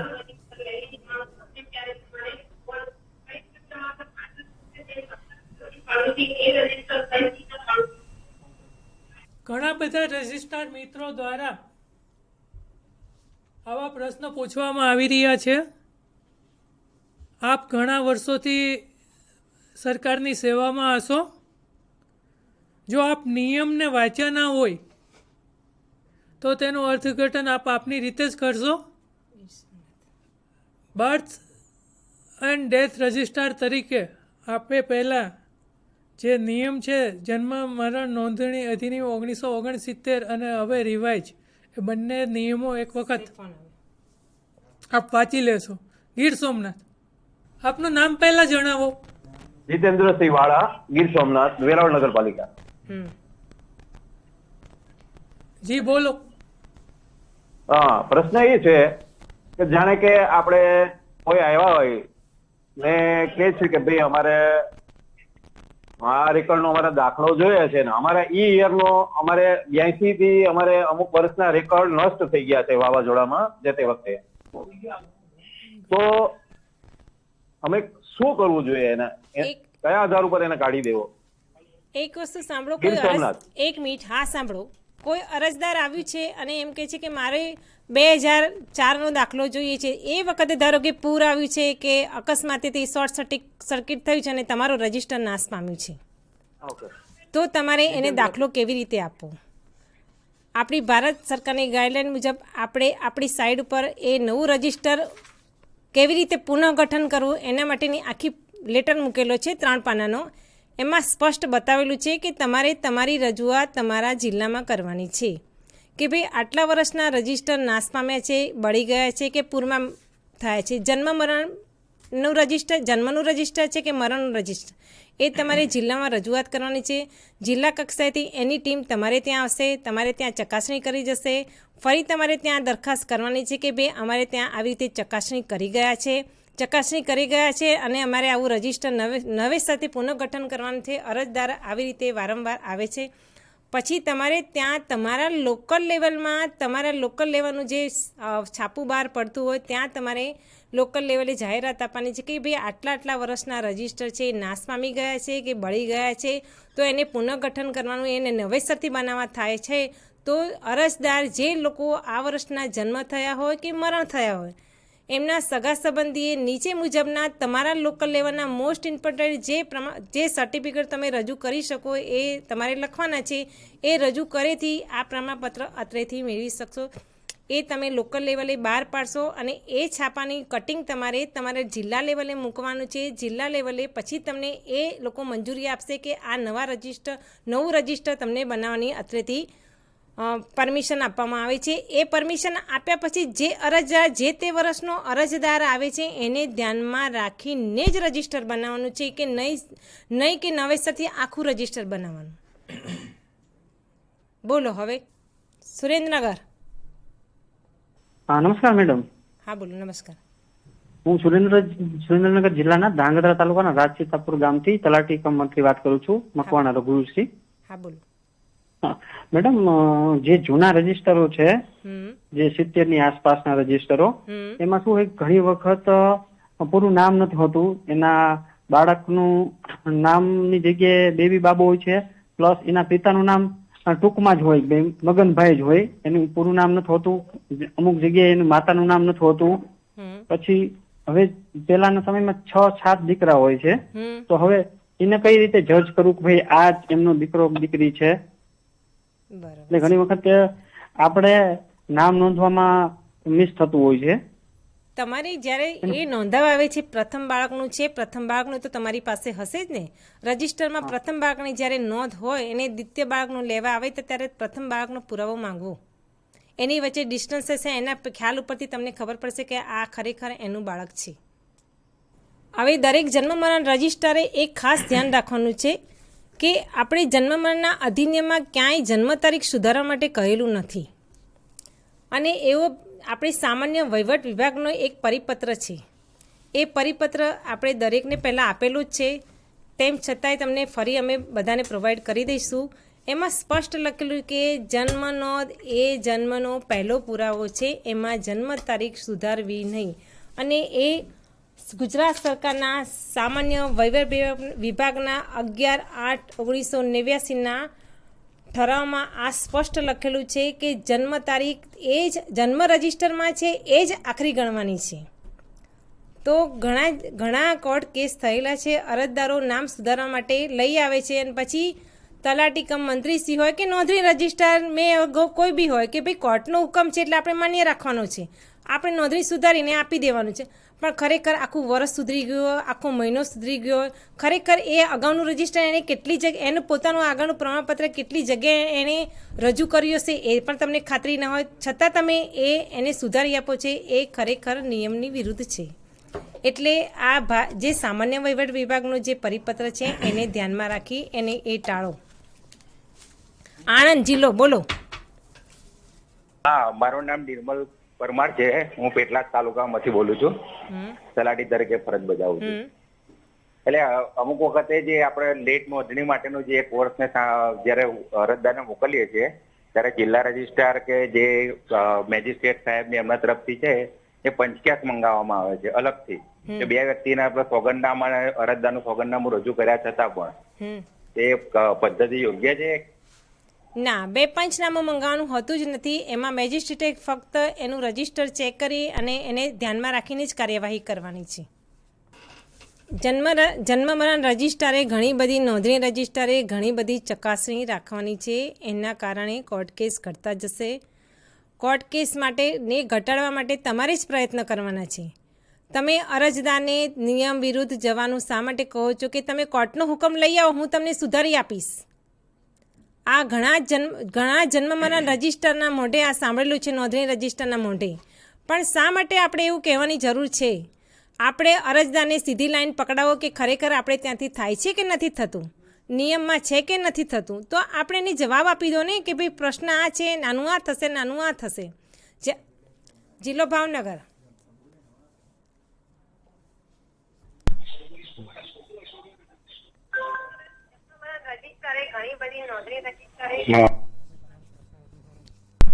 મારો પ્રશ્ન એ છે આપ ક્યાંથી બોલો છો? અને ઘણી 1969 ની પહેલાની સાલના જે રજીસ્ટરો જે છે જન્મ મરણના, તેમાં ફક્ત જન્મ તારીખ લખેલી હોય છે, નોંધણીની તારીખ લખેલી નથી હોતી.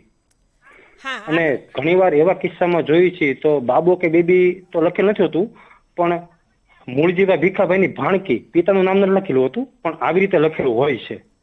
હા તો આવા કિસ્સામાં શું કરવું? કારણ કે નોંધણીની તારીખ કમ્પલસરી અત્યારે ઓનલાઈન ઓળખમાં આપણે જોઈએ છીએ તો માગે છે, નોંધણી તારીખ તો એ કમ્પલસરી બાબતે શું કરવું? જન્મ તારીખ એ જ નોંધણી તારીખ ગણવી પછી. હમ?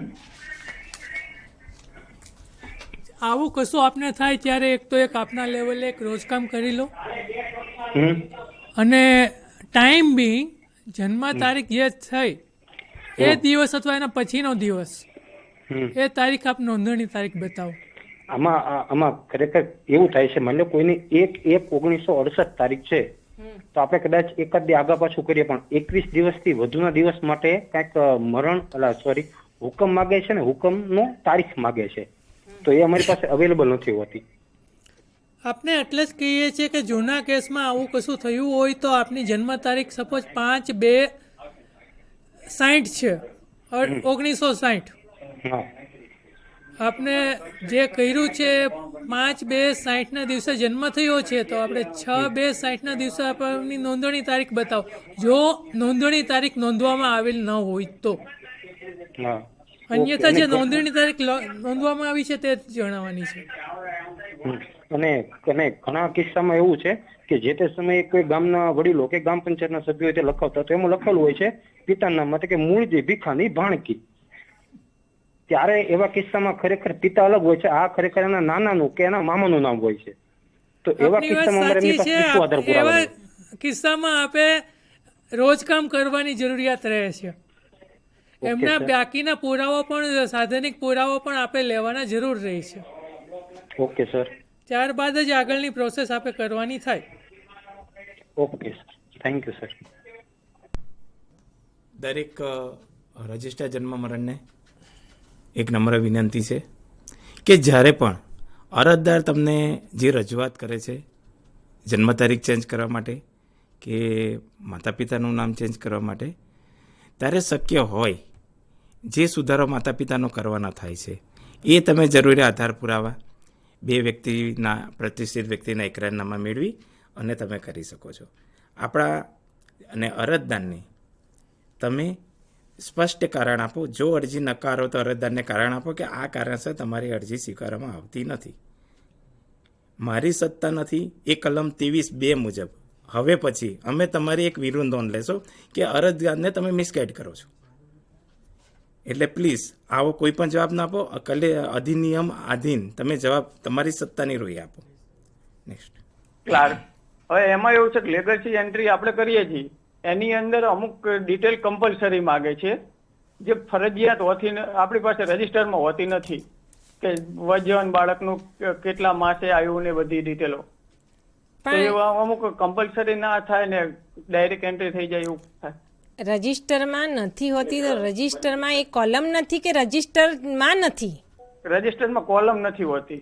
હા, કોલમ નથી એમ કહો છો, પણ આપણે જે તે વખતે ફોર્મમાં કોલમ હતી ને? ફોર્મમાં જે તે વખતે હા, તો એ જે તે વખતનું ફોર્મ શોધવું પડે ને. ફોર્મ તો જૂના હોય અથવા તો કમ્પલસરી માગે છે. એક વસ્તુ સાંભળો, રજિસ્ટરના આધારે આપણે લેગન્સી મને જરા સાંભળો જરા, કે ફોર્મમાં લીગલી પાર્ટ અને data entry part, data entry પાર્ટમાં ડેટા એન્ટ્રી નાખેલી અને પછી એ પાર્ટને ડિસ્ટ્રોય કરવાનું છે. લીગલી પાર્ટ ફરજિયાત છે, બરાબર? તો એ કમ્પલસરી તમારી પાસે ફોર્મ તો ભરેલા હોય ને? ફોર્મ છે 1980 નું 70 નું હોય. હા, 30 ના હોય છે. મેં ઘણી જગ્યાએ ઘણી નગરપાલિકામાં 1930 ના સર્ટિફિકેટ ફોર્મ જોયેલા છે. 1 2 3 4 1 2 3. એટલે એ ફોર્મ તમારી પાસે હોવા જોઈએ. તમે રજિસ્ટરમાં એન્ટ્રી, રજિસ્ટરમાં જે તે વખતે કોલમ નથી એ વસ્તુ સાચી છે, પણ જ્યારે આપણા ફોર્મમાં તો તમામ વસ્તુ છે. રજિસ્ટરમાંથી આપણે લેગસીમાં એન્ટ્રી કરીએ છીએ તો પછી એની અંદર કાં તો ખોટું નાખવું પડે, તમને ને મને ખબર પડે. હા, એ તો તમને ને મને જ ખબર પડે છે. એટલે જ હું કહેવા માંગુ છું કે જે ફોર્મ છે એ ફોર્મમાં તમારી પાસે ફોર્મ હોવા જોઈએ, નહીં કે તમારી રોજની તમારી લગભગ 500 એન્ટ્રી હોતી. એટલે તમારું રજિસ્ટર તમારે કરવાનું છે, તમારી બધી વસ્તુ સાચી છે, પણ તમારું ફોર્મ તમારી પાસે હોવું જોઈએ. ઘણી નગરપાલિકામાં 1930 ના પણ ફોર્મ છે જ જૂના. એટલે તમે અત્યારે એવું કહો છો કે કોલમ નથી તો અમારે આ માહિતી કેવી રીતે નાખવી? અથવા તો ખોટી નાખવાની? હા, એટલે ખોટી નથી નાખવાની. ખોટી શા માટે? પણ લીગલમાં જે થતું હોય એ પ્રમાણે નાખવાની છે. ધારો કે બાળકનું વજન, તો ખરેખર બાળકનું કેટલા વજનથી બાળક જન્મ્યું હોય છે, ખરેખર સરકારી રાહે કેટલા વજનથી બાળક જન્મ્યું એ ગણી શકાય છે, અઢી કિલોગ્રામ કે કેટલા. તો એ તમારે તમારા ત્યાંથી રોજ કામ કરીને લીગલી વસ્તુ નાખવાની છે. તમારે ત્યાં રોજ કામ કરવાનું છે કે ભાઈ આ વસ્તુ આ રજિસ્ટરમાં નથી તો અમારે ખરેખર લીગલી લેવું છે, તો લીગલી આ રીતે બાળકને આટલું વજન હોવું જોઈએ કે આટલી આ વસ્તુ હોવી જોઈએ કે માતાની આટલી ઉંમર હોવી જોઈએ, તો એ ધ્યાનમાં રાખીને અમે આ માહિતી ભરેલ છે. એવી રીતે તમારે તમારા રજિસ્ટર સાથે એ જોડાણ મૂકવું પડે. કોઈપણ રજિસ્ટર, જન્મ મરણ રજિસ્ટર, નોંધણી રજિસ્ટર છે ને, જ્યારે પ્રેક્ટિકલ બનવાનું હોય છે ત્યારે પ્રશ્નોત્તરી વધારે હોય, અને જ્યારે તમારે ખરેખર સાચી હકીકત કરવાની હોય છે ને ત્યારે તમે છે ને અમને અહીંયા લખીને મોકલી દો છો. જેવું કે બાળકનું નામ છે ભાઈલાલ કુમાર કરવાનું હોય તો અહીંયા મોકલી દો, આખું નામ સુધારવાનું તો તમે સુધારી દો છો. ભાઈલાલ કુમાર કરવાનું હોય તો અહીંયા મોકલી દો અરજદારને. પણ તમે અરજદારને પહેલાં સાંભળો નહીં કે અરજદારને પ્રશ્ન શું છે તમારા તરફથી, ખરેખર એ પ્રશ્ન સાચો છે કે ખોટું છે. પણ અરજદારને તમે ગેરમાર્ગે ના દોરો, ગેરમાર્ગે નહીં દોરો ને તો જ તમે કોર્ટ કેસ ઘટાડી શકશો. જન્મ તારીખ સુધારવાની છે, બાળક એ અરજદાર આવ્યો છે કે મારે જન્મ તારીખ સુધારવાની છે, ભાઈ તારી જન્મ તારીખ સુધારવાની છે, મને પુરાવો બતાવો. મારું રજિસ્ટરમાં મારું આ રજિસ્ટર છે, તારા પુરાવો મને બતાવો. એ કહે છે મારું તો આ સ્કૂલ લિવિંગ છે. ભાઈ આ સ્કૂલ લિવિંગ તો તું 15 વર્ષ પછી સ્કૂલ લિવિંગ લઈ આવે છે, પણ પહેલો આધાર પુરાવો તો તારો જન્મનું પ્રમાણપત્ર છે, તો જન્મનું રજિસ્ટર જ એ ફાઇનલ ગણાય છે. પછી કોર્ટ હુકમ કરે અને કોર્ટના જે હુકમમાં છે એમાં સ્પષ્ટ લખેલું હોય છે કે રજિસ્ટ્રારને કલમ 15 અને નિયમને ધ્યાનમાં રાખીને 4 વીકમાં આ જવાબ કરવાનો છે. તો પછી નોંધણી રજિસ્ટ્રાર એવું કે કોર્ટે હુકમ કર્યો છે ને કોર્ટના હુકમને ઓબે થઈને લાવો સુધારી દેવાનું. એવું નથી. તમે કોર્ટને રજૂઆત કરો, પેરાવાઇઝ રિમાર્ક્સ આપો કે ભાઈ વસ્તુ આની આ છે, ખરેખર વસ્તુ આ છે. તમે કોર્ટને ધ્યાન દોરશો તો આ વસ્તુ ઘટતી જશે, કોર્ટ કેસ ઘટતા જશે. સુરત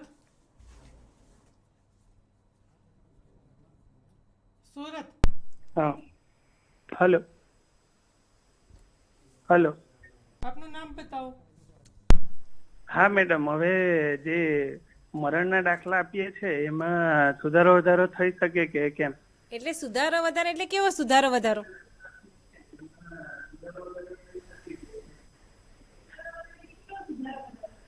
નામ ને એમાં નામ, કેવું નામ? જે મરણ જનારનું નામ હોય છે તેમાં, કેમ કે જે નકલોની વારસાઈ આવે છે ને તેમાં પાછળથી જ આવે છે એવા પ્રશ્નો. એવું નહીં, તમે સ્પષ્ટ બોલો કે શું નામ છે ને શું કરવું છે અને કયા કારણસર કરવું છે.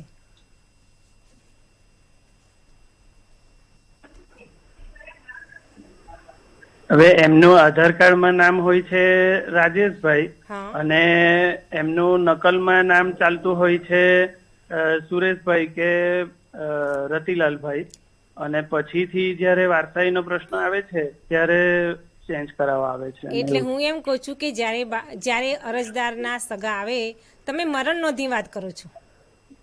હા, એટલે મરણ નોંધમાં જ્યારે એના સગા આવતા હોય છે ત્યારે કહે છે કે ભાઈ ખરેખર સર્ટિફિકેટ આમાં તો સુરેશ છે, અને જ્યારે એનો આધાર હોય ત્યારે કંઈક જુદું પ્રવીણ નામ લખેલું હોય, અને સુરેશ અને પ્રવીણના આખા નામનો ભાવાર્થ બદલાઈ જાય છે, સમજો. તો તમારી પાસે એનું જન્મ રજિસ્ટર હશે અથવા એનો જન્મનો પુરાવો માંગો, અને જન્મનો પુરાવામાં તમે એમનું નામ મેળવી શકશો કે ખરેખર એનું કયું નામ છે. અને અન્યથા જો જન્મનો પુરાવો એમની પાસે નથી તો તમારે લોકલ લેવલના રેશન કાર્ડ છે, સૌથી પહેલો પુરાવો રેશન કાર્ડ છે, રેશન કાર્ડ માંગો, એલસી માંગો, ઘણા અન્ય ત્યાં લોકલ લેવલના ઘણા પુરાવા છે, એ પુરાવો માંગો, અને 3-4 પુરાવાનું રોજ કામ કરીને એને સ્પષ્ટ થાય કે ખરેખર સાચું નામ કયું છે એ જ નામ રાખવું. હા, બોલો. બરાબર. અને બીજું મેડમ, જે 108માં જે વાહન 108માં જયારે મરણ થાય છે ત્યારે 108 તરફથી કોઈ પુરાવા કે એવું કયા નોંધણી માટે જરૂરી હોય છે કે? 108 માં મરણ થાય છે કે 108 લઈ જતી હોય ત્યારે મરણ થાય છે? હલો, હા 108 માં હું એ સમજાવું છું કે 108 માં મરણ થાય છે કે 108 લઈ જતી હોય છે ત્યારે મરણ થાય છે? 108 એમ્બ્યુલન્સમાં લઈ જતા હોય છે ત્યારે મરણ થાય છે. 108 માં લઈ જતા હોય ત્યારે રસ્તામાં મરણ થાય છે તો 108 શું પરત પાછી લઈ આવે છે તમે મરણને? જે વ્યક્તિને લઈ ગયા છે 108 માં એ વ્યક્તિ રસ્તામાં મરી ગઈ છે, બરાબર? હા 108 વાળા ડિક્લેર કરે છે કે વ્યક્તિ મૃત્યુ પામી છે. હા, પણ એ અંગેનો કોઈ હું તમને સમજાવું કે 108 જ નક્કી કરે છે કે આ મૃત્યુ થયું છે, તો 108 માં ડોક્ટર હોય છે જ. એટલે પ્રમાણપત્રની જરૂર નથી. 108 માં ડોક્ટર હોય છે જ, એણે જ પ્રમાણિત કરવાનું પછી આ મરણ થયેલું છે. જો હોસ્પિટલમાં લઈ જતા રસ્તામાં મૃત્યુ થયું હોય તો 108 જ અંદર એમાં ડૉક્ટર મૂકેલા છે. 108માં જ એમાં એને લખવું જોઈએ કે ભાઈ આ જગ્યાએ આ સ્થળે રસ્તામાં જતાં અહીં મૃત્યુ થયેલું છે. હા, પરંતુ એ પ્રમાણેનું એ લોકો આપતા નથી કોઈ પુરાવો કે એવું તો પુરાવો તમારે લેવું જ પડે ને. 108 વાળા લખી આપે, તમે લઈ ગયા છે 108 માં, તે 108 વાળા લખ્યા પછી જે હોસ્પિટલમાં ધારો કે મરી ગયા છે રસ્તામાં પોતે ડિક્લેર કરી શકતા નથી તો નજીકની હોસ્પિટલમાં છેક લઈ ગયા છે અને હોસ્પિટલના પગથિયામાં છેક અંદર લઈ ગયા છે અને ડૉક્ટર હાથ મૂકે છે કે ભાઈ માણસ તો મરી ગયો છે, તો એ હોસ્પિટલમાંથી લેવાનું થાય. એટલે હોસ્પિટલનું લેવાનું હોય. જે હોસ્પિટલવાળા મૃત માણસને મૃત ડિક્લેર કરે છે એની પાસેથી લેવાનું થાય. ઓકે. ઘણા નવા તલાટી કમ મંત્રી હમણાં નવા હાજર થયા છે, બરાબર? એ મોટે તલાટી કમ મંત્રીને ખાસ કહેવાનું છે કે તમારા નજીકના જિલ્લા લેવલે, તાલુકા લેવલે તમને આ જન્મ મરણની તાલીમ લેવી જરૂરી છે.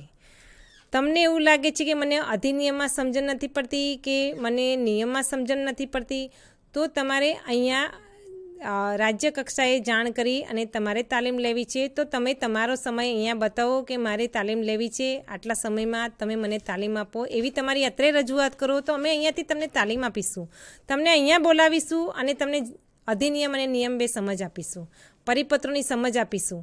પણ તમે તમારા જે જૂના તલાટી કમ મંત્રો જે છે એને ધ્યાનમાં રાખીને કાર્યવાહી ના કરશો. અધિનિયમ અને નિયમો બદલાતા જાય છે, એને ધ્યાનમાં રાખીને કાર્યવાહી કરો. અત્યારે ડિજિટલનો વ્યાપ વધી રહ્યો છે, જેને ધ્યાનમાં રાખીને કાર્યવાહી કરવાની છે.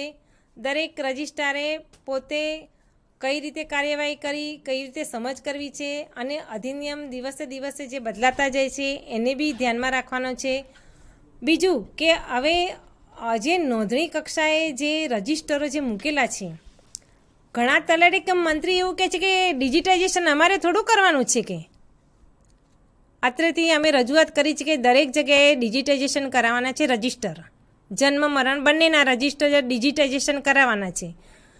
ઘણા જિલ્લાઓમાં મેં એવું સાંભળ્યું છે કે તલાટી કમ મંત્રીના જે ગ્રુપ છે ને, ગ્રુપ ભેગા થઈને એમ કહે છે કે અમારે ઓછું ડિજિટાઇઝેશન કરવાનું છે, ખર્ચો કોણ ભોગવશે? એમ ભાઈ, ખર્ચો ભોગવવાનો પ્રશ્ન નથી, તમારે જિલ્લા લેવલે રજૂઆત કરવાની છે. જિલ્લાની કમિટી, ડીડીઓ કક્ષાની કમિટીમાંથી આ ફાઇનલ થયેલું જ છે, ત્યાંની એજન્સીવાળા તમારે ત્યાંથી આવીને કરી જશે. મેઇન તમને ગાંધીનગરને ખાસ કહેવાનું છે, એ લોકોની એવી રજૂઆત છે કે અમે ઓછા કરીશું, અમારી પાસે ઓછી ગ્રાન્ટ છે.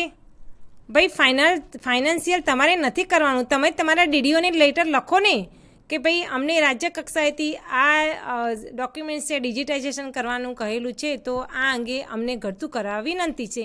તો ડીડીઓ કક્ષાએથી તમને માર્ગદર્શન મળશે ને તમને ત્યાંથી કઈ એજન્સીમાંથી કરવું છે, કયા ટાઈમે કરવું છે, એ બધું તમને ફાળવી આપશે. જેની ખાસ નોંધ લેવાની છે. ડિજિટાઇઝેશન એટલા માટે કરવાનું છે કે ભવિષ્યમાં તમને તકલીફ ના પડે. તમારા રજિસ્ટર બળી જાય કે ધારો કે પૂર આવી ગયું છે, પલળી ગયા કે તમારી બિલ્ડિંગમાં કંઈક નુકસાન થયું તો તમને તકલીફ ના પડે, એના કારણસર છે. એટલે ગાંધીનગર જિલ્લાએ આ ખાસ સાંભળવાનું છે અને એમણે ખાસ કરવાનું છે કે આ ડિજિટાઇઝેશન કરવામાં આગળ થવાનું જ છે. ગાંધીનગર. હા સાહેબ, હવે એકચ્યુઅલી મારા બે પ્રશ્નો છે. જે હું અહીંયા કલોલ કુલદીપ હોસ્પિટલમાંથી બોલું છું, બરાબર? હું સાહેબ ઓનલાઈન એન્ટ્રી કરું, બરાબર, અને થોડા એક સ્પેલિંગમાં કંઈ મિસ્ટેક થઈ જાય. એક મિનિટ, તમે ક્યાંથી બોલો છો? તમારું ડેઝિગ્નેશન બોલો. સોરી, હું સાહેબ મેડમ બોલું છું, ગાંધીનગર જિલ્લા કલોલ તાલુકામાંથી બોલું છું. લાલાભાઈ બોલો છો? પિયુષભાઈ બોલું, પિયુષભાઈ મકવાણા મારું નામ છે. હા બોલો. હા મેડમ, હવે એકચ્યુઅલી કેવું છે તે તમે આગળ વાત કરી ને કે જે કોઈ સ્પેલિંગમાં કે કઈ અક્ષરમાં કોઈ ભૂલ થઈ જાય, બરાબર, ફોર્મ ભરતી વખતે. હા બોલો. હા, તો પછી એ સમયે બેન જે અરજદાર હોય એ ત્યાં કઈ નગરપાલિકામાં જાય છે, બરાબર. પછી ત્યાં આગળ જાય છે તો ત્યાંથી એક ફોર્મ આપે છે અને અરજદારને ધક્કા ખવડાવે છે, બરાબર. હવે આવી કન્ડિશન બેન મારાથી કોઈ એવી ઉતાવળમાં કોઈ એવી ભૂલ થઈ ગઈ હોય, મિસ્ટેક થઈ ગઈ હોય, તો નગરપાલિકામાંથી તાત્કાલિક બેન સુધારો થાય કે ના થાય? પણ એક વસ્તુ સાંભળો ને, મારાથી ભૂલ થઈ ગઈ છે તો હું વેરિફિકેશન કરતા જોઈ લઉં ને. હું સમજો કે હું ડેટા એન્ટ્રી ઓપરેટર છું, હોસ્પિટલમાંથી એન્ટ્રી આવી છે, ઓકે, મેં એન્ટ્રી લીધી છે, બરાબર. એન્ટ્રી લીધા પછી મારે વેરીફાઈ કરવાની છે. વેરીફાઈ કરતા એન્ટ્રી હોસ્પિટલમાંથી આવી છે, હોસ્પિટલે એન્ટ્રી કરેલી છે, અક્ષર હોસ્પિટલના છે, ડેટા એન્ટ્રી બધું એણે કરેલું છે. મારે તો ખાલી વેરીફાઈ કરવાનું છે ફોર્મ સાથે. હું ફોર્મ લઈને બેસું છું. તો કમસે કમ અલ્પેશના સ્પેલિંગમાં ભૂલ હોય તો આપણને થોડો તો ખ્યાલ આવે જ કે એલ ઈ પાછળ જતો રહ્યો છે, એલ આગળ જતો રહ્યો છે. તરત જ આપણે એ ફોર્મ સાથે આપણી જ્યારે એન્ટ્રી મિલાવીએ ને ત્યારે તરત જ આપણું ધ્યાન પડે કે અલ્પેશના સ્પેલિંગમાં મિસ્ટેક છે, તો આપણે પોતે જ હોસ્પિટલમાં એન્ટ્રી પાછી કરી દેવાની કે ભાઈ આપણી કક્ષાએથી આ ભૂલ થયેલી છે, આપણી કક્ષાથી સુધારીને મોકલો, પછી હું આગળ વધીશ. પણ તમે તો તમે એણે જે કર્યું છે એ જ લઈને તમે જોતા નથી, પણ તમે વેરિફિકેશન કરી દો છો, એટલે પ્રશ્ન એટલે ઉપસ્થિત થાય છે. ઓકે. બરાબર. અને બેન બીજું બેન મારો પ્રશ્ન એ છે કે આપણે જે અત્યારે હાલ જે એવું આવ્યું છે કે બાબાનું નામ, પિતાનું નામ અને સરનેમ, બરાબર, આ 3 વસ્તુ જુઓ, બરાબર. જે આગળ જે બેન જન્મ થઈ ગયો હોય, બરાબર, હવે એનું નવેસરથી બેન એ રીતે આખું નામ લખવાનું છે, બરાબર. તો નગરપાલિકા વાળા બેન પૈસા લે છે, તો એ લીગલી છે? તમે શું કહેવા માંગો છો? નામ બેન બાળકનું નામ, પિતાનું નામ, પહેલા શું હતું જન્મના દાખલા બેન એટલું ખાલી બાળકનું નામ આવતું હતું, બરાબર. હા. હવે અત્યારે એવું આવ્યું છે રૂલ્સ કંઈક કે બાળકનું નામ, પિતાનું નામ ને સરનેમ, હા, બરાબર, આ 3 વસ્તુ જોઈએ. હા. તો નગરપાલિકામાં બેન અમે જે જૂનો જન્મનો દાખલો લઈને જઈએ છીએ ને તો નગરપાલિકા વાળા પૈસા લે છે. નગરપાલિકાને પૈસા લેવાના જ નથી. અહીંયાથી લેટર કરેલો જ છે કે ફ્રીમાં આપવાનું છે, દરેક અરજદારને ફ્રીમાં આપવાનું છે ને આધાર બેઝ છે, એટલે આધારને ધ્યાનમાં રાખીને જ આપવાનું છે. આવી સ્પષ્ટ લોકો પૈસા લે છે બેન નગરપાલિકા વાળા. પણ તમે રજૂઆત કરો ને, તમે એ પરિપત્ર આપણે ઓનલાઈન મૂકેલો છે લેટર, એ લેટર લઈને તમે ત્યાં બતાવો કે તમે આ કયા બેઝ ઉપર પૈસા લો છો, અને તમે અહીંયા રજૂઆત કરો, જિલ્લા લેવલે રજૂઆત કરો. ઓકે. આપનો શું નામ છે ને આપનો બીજી હોદ્દો? વસ્તુ એ કે જે અત્યારે હાલ નવો આપણે જે જન્મનો દાખલો લઈએ છીએ ને ત્યાંથી, તો કે નવા જન્મના દાખલાને 35 રૂપિયા માંગે છે, બરાબર. તો એ બી લીગલી છે કે અનલીગલ છે? જો જન્મના દાખલામાં 35 રૂપિયા માંગે છે, અનલીગલી છે, ખરેખર અનલીગલી છે. અનલીગલી છે, બરાબર. આપણું તો પહેલા જે દાખલો છે, પહેલો દાખલો આપણે ફ્રીમાં આપીએ છીએ, પછી જ્યારે તમે જેટલી કોપી માંગો છો એ કોપી પ્રમાણે આપણે પૈસા લઈએ છીએ. પણ મેં ઘણી જગ્યાએ એવું સાંભળ્યું છે કે એ લોકો એમણે ડિજિટાઇઝેશન કરીને સ્કેનિંગ કરીને પછી ઉપર લેમિનેશન કરીને આપતા હોય છે, એટલે એના પૈસા લે છે. એ આપણા રૂલ્સમાં કે આપણા અધિનિયમમાં નથી. બરાબર. એટલે બેન નગરપાલિકામાંથી ત્યાં આવી રીતે મને અનુભવ થયા છે. ના, તમે કહો કે ભાઈ મને ક્યાં બતાવો, તો તમે એક વ્યક્તિ જો એક પબ્લિક એક એની સામે જઈને કહેશે તો એને ખ્યાલ આવશે કે પબ્લિક જાગૃત અવસ્થામાં છે. ઓકે. Thank you madam. અને દરેક જિલ્લાના, દરેક નગરપાલિકાના, દરેક જગ્યાએ શું કે ગ્રામ પંચાયતમાં દરેકનું સ્કેનિંગ ડિજિટાઇઝેશન કરાવી જ દેવાનું છે.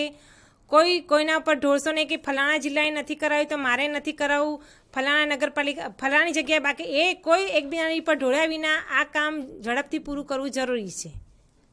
કોઈ જિલ્લાની બીજો કોઈ પ્રોબ્લેમ? નવસારી જન્મ મરણ રજીસ્ટર જે ખરું એ ઓફલાઈન નિભાવવા માટે આપનો હોદ્દો શું છે? તલાટી કમ મંત્રી, નવસારી જિલ્લા.